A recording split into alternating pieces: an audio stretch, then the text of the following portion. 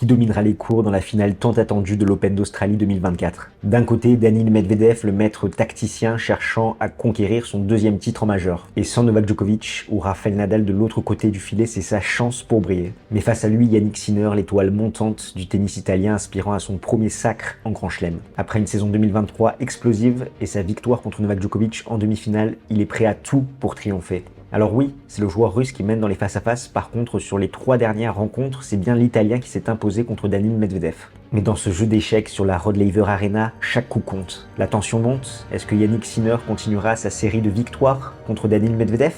Est-ce que le Russe va pouvoir capitaliser sur ses succès passés pour renverser la tendance ? En tout cas, ça promet une finale électrisante entre Daniil Medvedev et Yannick Sinner. C'est bien plus qu'un match, mais bel et bien une bataille de volonté.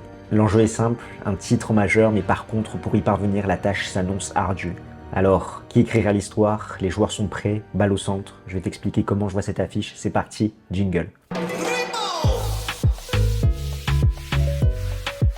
Avant de se plonger dans cette affiche, un mot du sponsor de cette vidéo, Parions Sport, qui nous a accompagnés tout au long de la quinzaine australienne. C'est un site de paris sportifs, donc qui dit pari dit activité responsable. N'investis pas de l'argent que tu n'as pas, il faut être majeur pour parier. Donc si tu t'inscris en passant par le lien qu'il y a en description, tu vas avoir accès à un bonus de bienvenue. Ton premier pari, qu'il soit gagnant ou perdant, tu seras remboursé à hauteur de 100 € en free bet. Ce qui fait que si tu mises sur la victoire de Yannick Sinner contre Daniil Medvedev à l'Open d'Australie, par exemple 20 €, si Yannick Sinner s'impose, c'est top parce que tu vas empocher la mise et tes bénéfices et en plus tu auras 20 € de free bet. Par contre, s'il venait à s'incliner contre Daniil Medvedev, tu profiteras quand même de 20 € de free bet pour te refaire une santé. Donc un grand merci à Parions Sport de soutenir la chaîne tout au long de cette quinzaine. Si on revient un petit peu sur le parcours de Yannick Sinner, c'est sa première finale en majeur après 4 quarts de finale perdus à Roland-Garros 2020, à l'Open d'Australie 2022, à Wimbledon 2022 et à l'US Open 2022 et surtout une demi-finale où il s'était incliné en 3-7 contre Novak Djokovic, c'était l'an dernier à Wimbledon. Et tout ça, c'est une récompense logique par rapport à tous les efforts fournis par l'Italien, surtout qu'il a passé les paliers année après année. En 2022, c'est un joueur très régulier, comme en témoignent ses résultats en majeur. Par contre, il manquait un petit peu de caisse physique. Il avait tendance à souvent se blesser. Il a su corriger le tir en 2023 avec des progrès tennistiques, techniques, mais également physiques. On a senti que c'était un sportif beaucoup plus accompli. Il a fait 4 titres quand même, avec des victoires de prestige contre Djokovic, contre Alcaraz, également contre Medvedev sur cette saison 2023 avec son premier titre en Masters 1000, c'était au Canada. Et ce qui est intéressant, c'est qu'on peut comparer les trajectoires de Yannick Sinner et de Carlos Alcaraz. Dès le début, on a vu que l'Espagnol savait tout faire sur un court de tennis, qu'il avait 40 options pour gagner le point et qu'il fallait un petit peu polir ce diamant, même s'il a tendance à être un petit peu trop brouillon, et là il repart dans ses travers depuis son sacre à Wimbledon. À l'inverse, Yannick Sinner, dès le début, c'est pas forcément le joueur qui faisait rêver, c'était un jeu assez linéaire en puissance, on pouvait le comparer à un Thomas Berdych, mais année après année, effort après effort, il a su accumuler de la confiance, il a su rajouter des petits changements techniques, des petits changements tactiques également dans son approche du jeu, et ça a fait la différence, et c'est vraiment la persévérance côté Yannick Sinner, donc c'est vraiment la plus belle récompense pour lui, cette première finale en majeur qui, on l'espère, est le début d'une longue série. En tout cas, comme son adversaire, Sinner a décidé de commencer sa saison à l'Open d'Australie. Pour le moment, c'est un choix payant au niveau de son parcours. VDZ, De Jong, Baez, Khachanov, Rublev ainsi que Djokovic. Il a passé 14h56 sur les cours, il a concédé un seul set, c'était contre Novak Djokovic. Donc c'est vrai qu'au début, le parcours de l'Italien ressemblait un petit peu à une promenade de santé.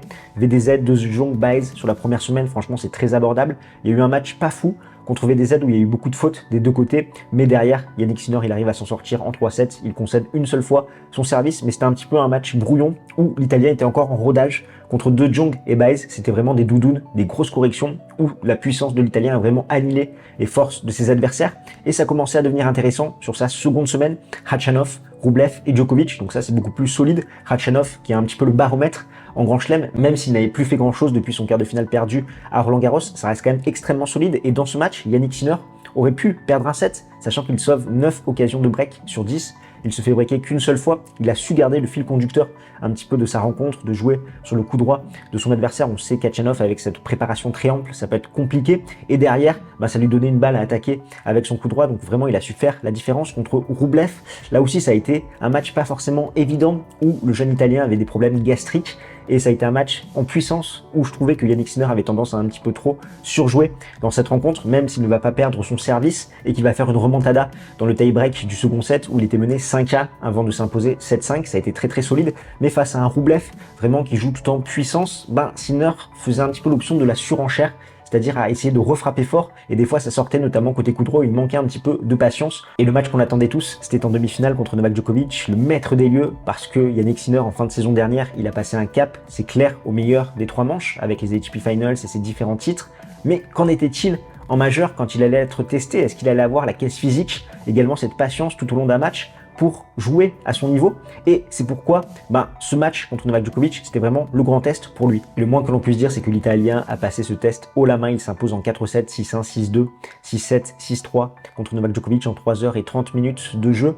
Et c'est quand même monstrueux ce qu'il a réussi à faire, parce que Novak Djokovic, c'est le maître de l'Open d'Australie, invaincu à partir des quarts de finale là-bas. Il visait un 11e sacre à Melbourne, un 25e titre en Grand Chelem, et surtout, ne pas le voir en finale, franchement, ça fait quelque chose, c'était une grande surprise. Et là, franchement, l'exploit est majuscule de la part de Yannick Sinner.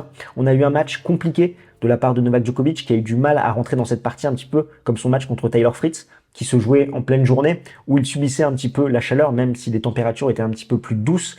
Mais Djokovic, il a été lent à l'allumage, on le sentait un petit peu vidé, sans énergie, sans signe de rébellion, tout l'inverse de Yannick Sinner, qui a vraiment fait parler sa puissance, qui a asphyxié Novak Djokovic avec sa longueur de balle, sa profondeur, sa puissance côté coup droit, côté revers, également son service, où Djokovic n'a pas réussi à se procurer la moindre balle de break contre Yannick Sinner. Rends-toi bien compte, c'est la 11e fois en carrière que le Serbe ne se procure pas la moindre balle de break. La dernière, c'était assez récent, c'était contre Alex de Minaur à la United Cup, mais en Grand Chelem, c'est la première fois. La dernière fois, c'était son abandon contre Thomas Berdych à Wimbledon en 2017, mais là, Djokovic n'a jamais trouvé la parade à la relance. Également, dans le jeu où il a fait quand même 54 fautes directes en tout, à la fin du second set, un tiers des points, c'était des fautes directes de Novak Djokovic, qui manquait des petits pas d'ajustement. Côté revers, il vendangeait beaucoup, et il n'a pas réussi à appliquer la bonne tactique. Il a essayé de dicter les échanges comme ça avait été le cas en finale des ATP Finals en se montrant très agressif. On se rappelle tous qu'à Turin, c'était 130 km/h en moyenne son coup droit, qui était beaucoup plus rapide que celui de Yannick Sinner, mais il n'y arrivait pas. Il n'arrivait pas à se mettre dans le rythme, il lui manquait quelque chose. Et Yannick Sinner, lui avec son jeu, vraiment tout en puissance, tout en cadence, a vraiment fait mal à Novak Djokovic. Ça a défilé dans les 2 premiers sets avant que le Serbe sauve une balle de match sur un coup droit, voilà, un petit peu facile que rate l'Italien dans le tie-break du 3e, mais derrière, il va se reprendre, surtout que Novak Djokovic, sur le jeu où il se fait breaker, il mène quand même 40-0, il enchaîne 4 fautes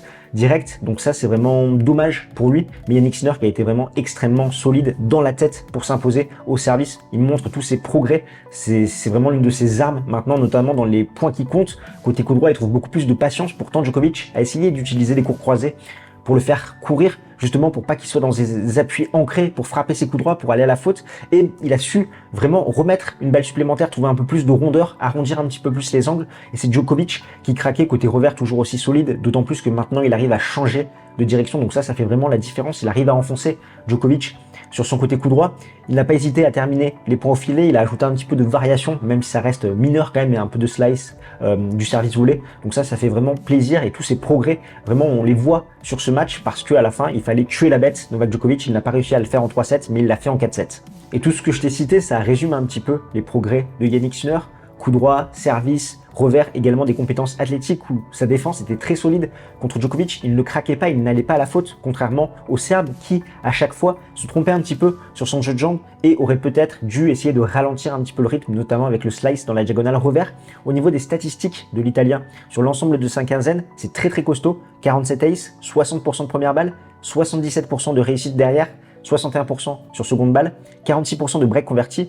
C'est quand même assez fou en termes de réalisme. Et il a été breaké 2 fois contre VDZ et contre Ratchanov. Depuis, il ne s'est plus fait breaker. Et quand on sait que Novak Djokovic, c'est un super relanceur, le voir comme ça, impuissant à la relance, un petit peu choqué par son propre niveau et choqué aussi par la brutalité, la puissance des frappes de son adversaire, mais il était vraiment sans solution. Yannick Sinner, c'est 73% de réussite en finale, donc 11 titres sur les 15 finales qu'il a disputées. Ce qui fait que dans les derniers tours, vraiment quand ça compte en finale, à chaque fois, il n'est pas trop pris par l'événement, il arrive vraiment à avoir un très bon ratio, quand même, s'imposer 7 fois sur 10, c'est vraiment très solide. Si on prend un petit peu ses victoires contre les membres du top 10, c'est 47% de victoires en carrière, dont 31% en majeur.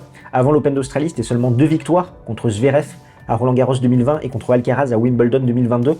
Et depuis Wimbledon 2023, c'est 11 victoires pour une défaite contre les membres du top 10. Sa seule défaite, c'était en finale à Turin contre Novak Djokovic, où le Serbe l'avait vraiment corrigé en dictant les échanges, et quoi qu'il arrive, ce lundi, il sera toujours 4e au classement. Par contre, il a 2000 points d'avance sur le 5e qui est Rublev.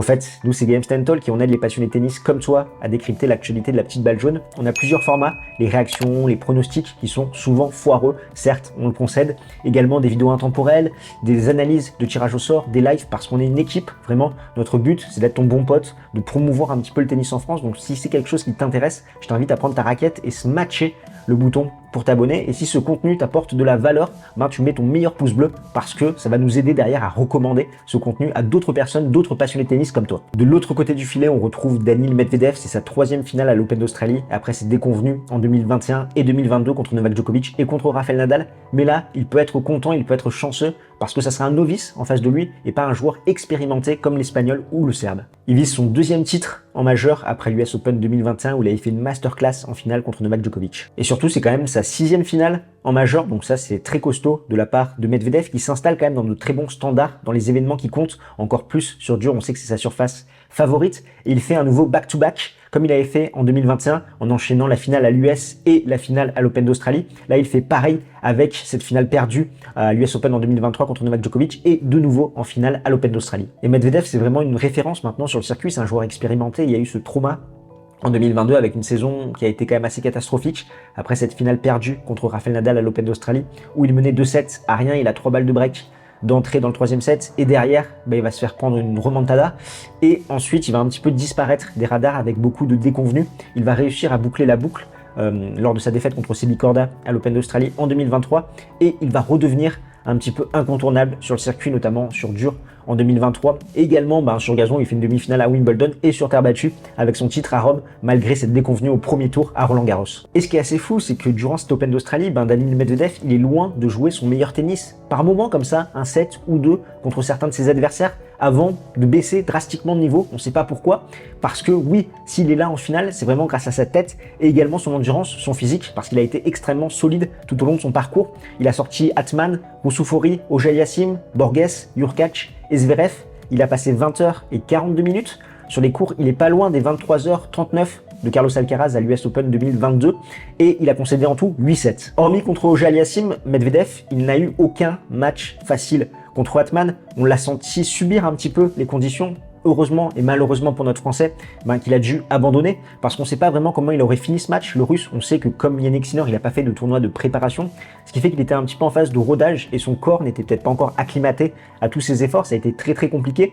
Après, contre Roussou-Fori, le Finlandais, il mène 2-7 à rien. Là, on se dit, il va prendre la porte. Daniil Medvedev, il est méconnaissable. Roussou-Fori fait un très bon match, même si on sait que c'est un petit Sinner light, qui a le même style de jeu. Donc Medvedev peut s'appuyer sur cette puissance, peut contrer avec un style de jeu linéaire en face. Il aime s'appuyer sur ça.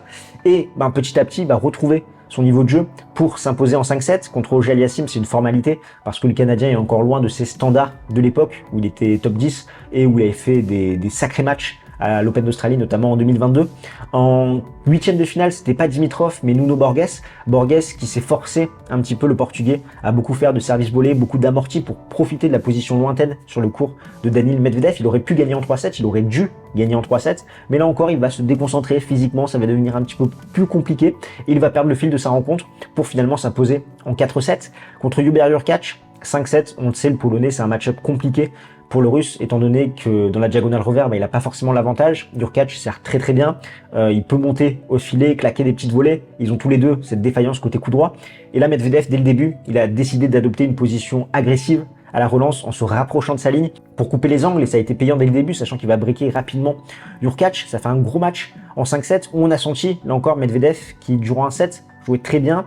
Dans le set d'après, il décline physiquement, des crampes, c'est compliqué. On se dit, waouh, Hurkacz, il va s'imposer, il arrive à retrouver un petit peu de jus, il fait la différence sur un break. Et là, il était en demi-finale un petit peu miraculé contre Alexander Zverev qui avait fait une superbe performance contre Carlos Alcaraz, mais qui lui aussi avait beaucoup joué. Et à la fin, c'est Daniil Medvedev qui s'impose là encore en 5-7, 5-7, 3-6, 7-6, 7-6, 6-3. Alors on va se refaire un petit peu le fil de cette rencontre. Zverev, il démarre très très fort avec des balles de 5-1 dans le premier set avant de perdre son avantage et ses 2 breaks.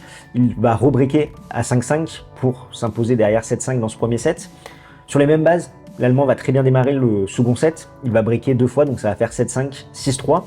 Medvedev, durant le premier set, il passe 48% de première balle et 53% dans le second set. Ce qui est tout l'inverse d'Alexander Zverev, qui lui va être au-dessus des 60% de première. Ce qui fait qu'on a un Medvedev qui va être bon dans la filière longue, donc celle qui excède les 9 coups. Mais par contre, dans la filière courte, ça va être très compliqué parce qu'il n'a pas de points gratuits sur son service avec ses mauvais pourcentages, ce qui fait qu'il va être dominé dans la filière courte contre Alexander Zverev, qui lui va très bien servir. On a vu tous ses progrès au service, un lancer de balle moins haut, ce qui fait qu'il lui permet de passer un petit peu plus de première, de sécuriser sa seconde balle, de faire moins de double faute. Et donc dans cette filière courte, c'est vraiment Alexander Zverev qui était à l'affût. Derrière, il allait au filet, franchement, de très bonnes volées. Et pourtant, il a fait des bonnes volées basses, alors que vu les jambes qu'il a, se baisser comme ça, franchement, chapeau Alexander Zverev qui a fait 2 très bons premiers sets, même si ça partait un petit peu dans une purge, hein, comme on l'a dit, hein, les Medvedev, Zverev, c'est souvent ça, c'est souvent très compliqué. Mais c'est Alexander Zverev qui avait pris le meilleur départ. Et derrière, à partir du 3e set, ça va totalement changer. Pourquoi? Parce que Medvedev va beaucoup mieux servir. Il va passer plus de 60% de première balle, ce qui fait qu'il va revenir dans le combat. Dans cette filière courte, finalement, c'est plus Zverev qui aura l'avantage de la filière courte. Les deux vont s'équilibrer. Et par contre, Medvedev va conserver cet avantage dans la filière longue, ce qui fait qu'il va réussir à faire craquer un petit peu plus Alexander Zverev. Il ne va plus se faire breaker jusqu'à la fin du match. Honnêtement, ça, l'Allemand qui ne se procure plus la moindre balle de break, c'est assez fort quand même, au vu de ce qu'il a montré sur les 2 premiers sets. Et il va attendre à chaque fois le tie-break pour faire la différence. Donc il va prendre le tie-break du 3e set, il va prendre le tie-break du 4e set, alors que Alexander Zverev va mener 5-4 services à suivre dans ce tie-break. Et derrière, à 5 partout, il va faire un retour totalement what the fuck, vraiment un retour amorti qui passe juste derrière la ligne pour prendre le mini break contre Alexander Zverev qui ne s'y attendait pas du tout. Et le 5e set, on a vraiment un Allemand qui va commencer à craquer, notamment côté coup droit où il va faire 15 fautes directes avec son côté coup droit. Medvedev va vraiment insister dessus dans les moments chauds, dans les moments qui comptent où il va falloir sauver des occasions. À chaque fois, il va être trahi par son coup droit à l'image de cette balle de match. 4e remontada de Daniil Medvedev en carrière après Cilic à Wimbledon 2021. Auger-Aliassime à l'Open d'Australie 2022, Ruusuvuori à l'Open d'Australie 2024 il y a quelques jours et maintenant Alexander Zverev dans cette même édition. Franchement, c'est assez costaud. C'est la 2e défaite pour le Z après avoir mené 2-7 à rien. On se souvient tous de ce match contre Dominic Thiem en finale de l'US Open en 2020. C'est le 6e tie-break de suite que gagne Medvedev contre Zverev. Et là, on voit vraiment dans la gestion de la nervosité que c'est le Russe qui s'en sort le mieux. Il va réussir à jouer un coup supplémentaire, à entraîner son adversaire dans cette filière longue, ne pas faire la faute et attendre justement que ce soit Zverev qui craque, comme ça a été le cas, notamment côté coup droit. Lui qui était si à l'aise à la volée en début de rencontre, qui va faire des mauvais choix au filet également sur ce 5e set. En tout cas, ça n'enlève rien à la quinzaine de l'Allemand qui, s'il arrive à continuer à ce niveau-là, franchement, il sera très dangereux cette saison parce qu'il a un jeu très complet qui s'adapte à toutes les surfaces. Là, il a trouvé beaucoup de régularité, de stabilité au niveau de son service, a quasiment passé systématiquement plus de 70% de première balle à droit au filet par rapport à sa taille, les volées basses qu'il nous a faites, franchement, très stylé.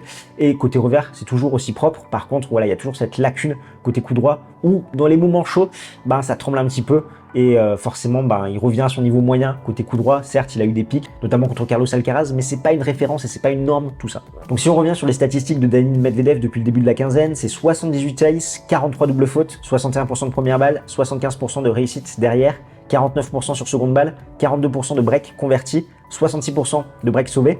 Et ce qui marque le plus chez Daniil Medvedev, notamment par rapport à ses grandes années, je pense à 2019, 2021, c'est qu'il a vraiment baissé, je trouve, au service, qu'il arrive à faire beaucoup moins mal au niveau de ses doubles fautes. Il a vraiment augmenté le curseur. En 2023, c'était 5,3% de double fautes en moyenne dans ses matchs. En 2022, 5,1%. Et en 2021 et 2019, on est plus aux alentours de 4,3%, ce qui fait qu'il a pris 1%. Donc au niveau de ses secondes balles, il est beaucoup moins menaçant et il se fait beaucoup plus craindre parce que à la relance, les joueurs se régalent sur cette seconde. Et on se rappelle de ce Daniil en 2019, 2021 qui arrivait à avoir un service de feu. Là, on en est loin. Donc certains moments, il a franchement de très bons engagements, mais ça reste quand même un petit peu volatile, je trouve, depuis quelques mois. 56% de réussite en finale, 20 titres gagnés sur 36 finales disputées, 10 victoires, 8 défaites contre des top 10 en majeur. Il sera 3e au pire lundi et s'il venait à s'imposer, il prendrait la 2e place à Carlos Alcaraz. Au niveau des confrontations, il y a 6-3 pour Medvedev. Sur les 3 derniers matchs, c'est 3 victoires de Yannick Sinner. Sur les 9 matchs, 4 ont été joués au minimum de 7. Donc là, on va s'intéresser un petit peu à l'aspect tactique. Honnêtement, j'adore ce match-up, d'autant plus maintenant que Sinner a apporté quelques correctifs. À chaque fois, ça donne des gros matchs, donc j'ai hâte d'être ce dimanche. Si on refait un petit peu l'histoire, en début de carrière, jusqu'à il y a quelques mois, c'était 6-0 pour Daniil Medvedev. Et ce qu'on peut se demander, c'est pourquoi le Russe vraiment posait autant de problèmes à l'Italien, alors qu'on sait quand même que Yannick Sinner, c'est un superbe joueur. C'était par rapport à son style de jeu. Je te le disais, le petit Yannick Sinner, avant notamment l'apport de Darren Cahill, qui a vraiment consolidé son jeu, il avait tendance à avoir une balle un petit peu trop linéaire. Un joueur certes puissant du fond du court, mais qui n'apportait aucune variation. Ce qui fait que c'était en puissance, un petit peu à l'image d'un Thomas Berdych. Et ça, Daniil Medvedev, il adore, parce que lui, il s'appuie sur la puissance de ses adversaires pour contrer, justement, pour changer de direction, pour absorber également cette puissance avec ses frappes. Et c'était très compliqué pour l'Italien qui n'avait pas l'avantage dans la diagonale, parce que Medvedev, c'est très solide côté revers, qui en plus était confronté à un joueur qui relançait très bien, qui relançait long, profond. Donc là, Sinner, par rapport à son bon service, forcément, il n'avait pas autant de points gratuits que d'habitude. Et du fond du court, les qualités défensives de Medvedev écœuraient un petit peu Yannick Sinner, qui se montrait un petit peu impatient, frustré, et qui allait beaucoup plus rapidement à la faute que le Russe. Mais Yannick Sinner a progressé, il a apporté des changements à son jeu, et vraiment des changements notables. Il sert beaucoup mieux, vraiment dans les moments importants, il arrive à trouver la bonne première, les zones, c'est vraiment incroyable ce qu'il fait. Côté coup droit et dans l'ensemble de son jeu du fond du court, il trouve beaucoup plus de patience, il est beaucoup plus calme, il va moins surjouer, même s'il l'a un petit peu fait contre Andrei Rublev. Donc forcément, il arrive à remettre cette balle supplémentaire. Son physique, ça va beaucoup mieux, il a vraiment des compétences athlétiques de fou, là il a vraiment consolidé ça en 2023. Côté revers, maintenant il varie beaucoup plus, il change de direction, donc il attaque longue ligne, ce qui fait qu'il peut trouver le coup droit de son adversaire. Il va apporter un petit peu de slice, quelques nuances, avec des services volés également. À la relance, c'est toujours aussi solide, mais tout ça, on a l'impression que c'est pas énorme finalement, c'est des petits ajustements, mais ça a joué pour beaucoup dans les face-à-face contre Daniil Medvedev, notamment récemment, où il y a 3-0 pour l'Italien. Ils se sont joués à Pékin, à Vienne et aux ATP Finals. On a eu différentes physionomies. Si je reprends Pékin, ça fait 7-6, 7-6. On a eu un Yannick Sinner qui a battu son adversaire grâce à ses variations. Il a été beaucoup plus offensif, des services volés, également le slice pour casser un petit peu la diagonale. Il a vraiment essayé de dicter les échanges avec sa puissance en se montrant patient. Et là, on a vu un Medvedev imploser. Par contre, à Vienne, c'était un match en 3-7 avec une physionomie différente où Yannick Sinner, il a réussi à battre Medvedev à son propre jeu, c'est-à-dire du fond du court, à le faire craquer, à l'emmener à la faute. Et ça, c'était assez costaud parce que Medvedev, d'habitude, c'est lui qui va écœurer, qui va frustrer ses adversaires. Et on a eu un petit peu pareil aux ATP Finals où il était vraiment très en confiance. Ça fait 3-7 et dans le troisième set, Daniil, il est plus là et Sinner est marché un petit peu sur l'eau. Donc c'est pourquoi le face-à-face se sont un petit peu inversés. Et là, si on s'intéresse aux deux joueurs spécifiquement, Medvedev, lui, va devoir passer un maximum de premières balles. Parce qu'on sait, physiquement, ça va être compliqué. Il a plus de 6 heures dans les pattes par rapport à son adversaire sur le court. Et il va devoir essayer de sécuriser ses engagements. Si il ne passe pas suffisamment de premières balles, il va se faire manger sur sa seconde balle. Donc là, forcément, il y aura des hauts et des bas. Je pense qu'il va y avoir des sets assez décousus de Medvedev qui peut potentiellement se reposer sur un set avant de repartir au combat, comme ça a été le cas depuis le début de la quinzaine. Mais les sets où il devrait être là, il va devoir passer beaucoup de premières, comme il l'a fait sur les 3 derniers sets contre l'Allemand. Après, dans la diagonale revers, forcément, il va essayer d'absorber un petit peu la puissance de son adversaire, de le faire craquer sur cette diagonale, d'essayer également du fond du court de faire appel à ses compétences défensives, c'est-à-dire de remettre une balle supplémentaire. Yannick Sinner peut avoir tendance à s'impatienter un petit peu, à se frustrer, à surjouer, même si c'est beaucoup mieux depuis quelques temps. Donc à Daniil Medvedev de trouver par exemple des angles courts croisés pour que l'Italien ne puisse pas poser ses appuis solides au sol, ancrer ses appuis et faire des grosses frappes et dicter les échanges. Ça peut être intéressant, notamment sur des coups droits bout de course où Yannick Sinner peut avoir tendance à être un petit peu fuyant et là aller à la faute. À la relance, Medvedev aussi, il va devoir être menaçant. Ce qui est compliqué, sachant que Sinner s'est fait breaker seulement 2 fois tout le long de la quinzaine. Djokovic s'est procuré aucune balle de break. Mais Medvedev, il va devoir ajuster sa position comme il l'a fait contre Hurkacz, voire peut-être s'avancer pour moins s'exposer au service volé, peut-être reculer après si ça ne fonctionne pas.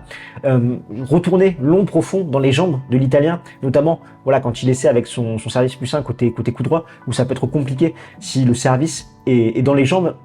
Et après, Medvedev, il va devoir essayer d'aller vers l'avant.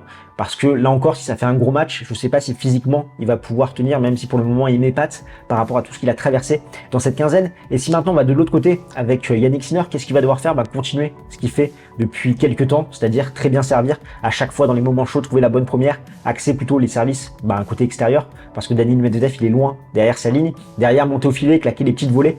Les volets ont été, on va dire, variables contre Novak Djokovic, où certaines fois il s'est fait passer, certaines fois il n'a pas été suffisamment menaçant, tranchant également. Mais là, je pense qu'il peut faire la différence contre Medvedev. La variation, c'est-à-dire un peu casser cette diagonale revers avec un petit peu de slice, des amortis aussi, faire courir Medvedev, parce qu'on sait que dans ses déplacements latéraux, il est très bon, mais de l'arrière vers l'avant, c'est là qu'il peut s'épuiser un petit peu, d'autant plus quand tu as 6 heures de plus dans les pattes que par rapport à ton adversaire. Donc là, ça peut être vraiment une bonne tactique de le faire courir, se montrer patient, parce que Medvedev, les balles vont revenir, c'est sûr. Quand Medvedev va être réglé, ça va revenir. Donc ne pas chercher à surjouer, à en faire trop côté coup droit, parce que sa chance viendra à un moment ou à un autre s'il arrive à grappiller du terrain à la relance en fonction des performances de Medvedev. Voilà, on sait que Sinner relance très bien, 46% de break converti, donc il va devoir mettre la pression notamment sur les secondes balles où il va devoir systématiquement les attaquer. Et en plus du slice, ce qu'il peut faire dans la diagonale reverse, c'est aussi changer de direction et attaquer plein coup droit de Medvedev. On sait que c'est son coup le moins fiable, étant donné que voilà, ça manque un petit peu d'agressivité, c'est un petit peu trop passif côté coup droit. Donc là, vraiment, Sinner devra faire le jeu, axer le jeu sur le coup droit de Medvedev, que ça soit au niveau du service et également dans l'échange. On arrive au niveau du pronostic. Depuis le début de la quinzaine, j'ai pas forcément été transcendant. Je vais vous dire comment je vois cette affiche. Déjà, il faudra voir comment Jannik Sinner gère cette première finale en majeur. Forcément, il y aura de la pression. Je pense que c'est évident. Plus il va se rapprocher, voilà, du gain du set ou du gain du titre, il va se passer quelque chose. Il aura peut-être un petit peu un craquage au service, même s'il a su être très constant, très bon contre Novak Djokovic, mais ça peut arriver. Il peut y avoir des hauts et des bas de l'autre côté. Medvedev aussi, ça ne sera pas le joueur le plus frais. Je pense qu'il peut faire des sets assez décousus, où il lâche totalement un set, notamment au service où ça passe pas, qu'il enchaîne les gros swaps et derrière se remobiliser. C'est un fin tacticien, c'est un stratège Medvedev. Il va essayer de poser ses pions petit à petit.